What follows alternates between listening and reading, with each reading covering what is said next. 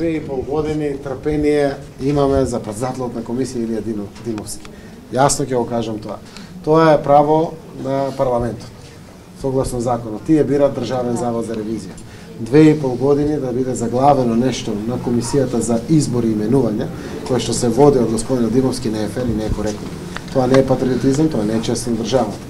Ако мислат дека на тој начин што согласно распределбата добиле председател на комисијата и да ги загрозуват институциите, катастрофа. Еве денеска кулминацијата веќе е дојдена, не само што нема државен директор на Државниот завод за ревизија, туку и заменикот кој што ја исполнуваше таа функција, му заврши својот мандат. И за септември веќе немаат земено плата. Вработените или за октомври ќе не може да земат плата. Стигна кај мене дописот од вработените. Таа е институцијата која што не контролира сите нас јавните институции и навистина е срамота. Апелирам. Со достојна почит ние може да видиме различни политички колку сакаме. Да служиме на државата и минимум обврска на сите нас.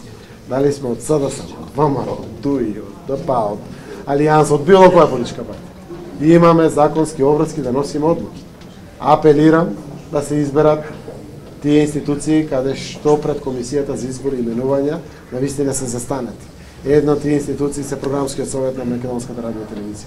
Друг е АВМУ, Агенцијата за аудиовизуални и медиумски услуги.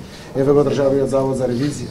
Следува избори на судскиот совет на членови кои што може да го блокираат судскиот совет, а зборуваме за правна држава.